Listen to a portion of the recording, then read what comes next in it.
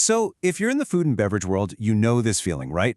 Margins are getting thinner every single month, while your costs just seem to be climbing nonstop. Well, relying on last month's numbers to make this week's decisions, that's a luxury nobody can afford anymore. So the real question is, how do we stop performing an autopsy on our profits and start actually anticipating them? Just think about that monthly profit and loss statement, your P&L. It finally lands on your desk and it shows your prime cost crept up from, say, 58% to 63%. Now, the numbers are totally accurate, but the damage is already done. You've been bleeding margin for 30 days straight, and you're only just now finding out about it. And let's be honest, that's exactly what it is. It's an autopsy. You're just sifting through old data, trying to figure out what went wrong and where all the money disappeared to. You're examining a loss that's already happened, instead of getting ahead of it and preventing it in the first place.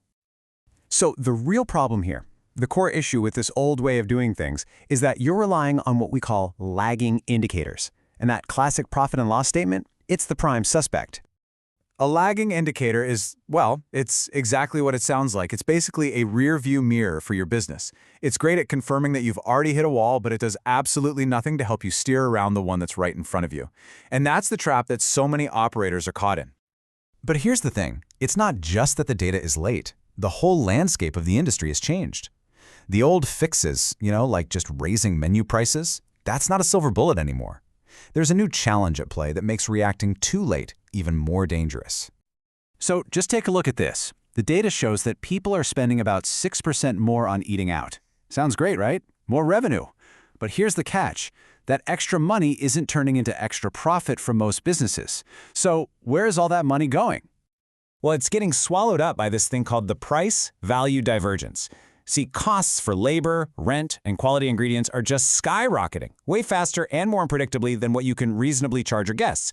If you just hike up prices, you risk damaging your brand. So you're caught in this squeeze, and the only way out is through absolute operational precision. Okay, so this is what brings us to the solution, and it's a huge shift in mindset. We have to move away from the roulette table of reactive accounting and really embrace the strategic foresight of predictive operations. It's time to stop gambling and start managing. And really, this is the perfect way to look at the difference.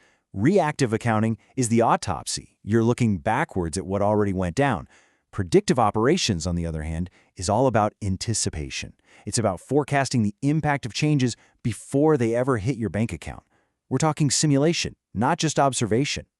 And you can see the shift in the kind of metrics you start to use. Instead of waiting a month for a P&L, a predictive model uses what we call leading indicators, like sales per labor hour, or SPLH. This is a number you can track daily, even hourly. It lets you make these tiny surgical course corrections during the week, not a month after it's too late. So let me ask you a direct question. Could you answer this right now, with a concrete dollar amount, in less than 30 seconds? If the answer is no, then you're basically just gambling, not managing. That's the raw power of predictive control. All right, so this all sounds great in theory, right? But how do you actually do it? Let's dive into the toolkit. These are the concrete metrics and practices that turn that idea of anticipation into a reality. Okay, it all kicks off with prime cost. This is the big one. It's the combined cost of your food, your drinks, and your labor. It is the single largest controllable expense category you have, and it's where you have the most power to actually make a difference. And here it is, the magic number you have to burn into your brain, 60%. For your business to be sustainably profitable, your prime cost has to stay below 60% of your total sales. This is your target, your benchmark, the number you need to protect with every single decision you make. So how do you actually protect that 60% number? Well, you do it with something called financial stress testing. Let's say you know minimum wage is going up by 8%. Instead of just waiting for it to happen, you model it. You calculate the exact cost impact, you figure out your new daily revenue target to absorb it, and you make those operational changes before day one of the new wage. And listen, this isn't just about cutting costs. That's only half the story. Predictive operations also help you maximize your revenue with incredible precision, using metrics like RevPASH. That stands for Revenue Per Available Seat Hour. It's a great reminder that a restaurant's real inventory isn't food, it's time in a seat.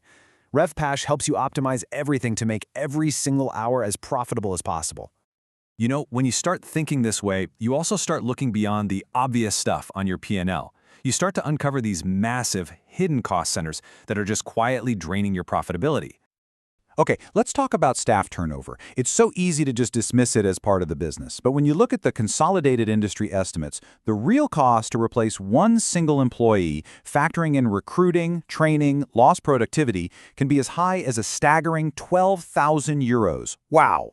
Suddenly, investing in training to reduce turnover doesn't seem like a cost, does it? It looks like a high-return investment. Waste is another one. It's a total gold mine for predictive data. It's not just about lost food, it's a powerful early warning system. Seeing a spike in prep waste, that tells you your team is probably over-prepping. Spoilage going up, that means your ordering is out of sync with your sales.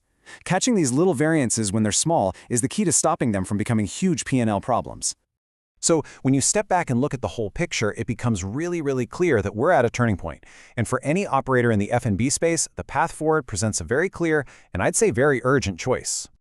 And honestly, the choice is binary. It really is that simple. You either build the systems to achieve this kind of operational precision and financial anticipation right now, or you risk becoming obsolete the next time an inevitable cost shock arrives. There's just no middle ground left. So I'll just leave you with this one final thought to chew on. Think about your own operation.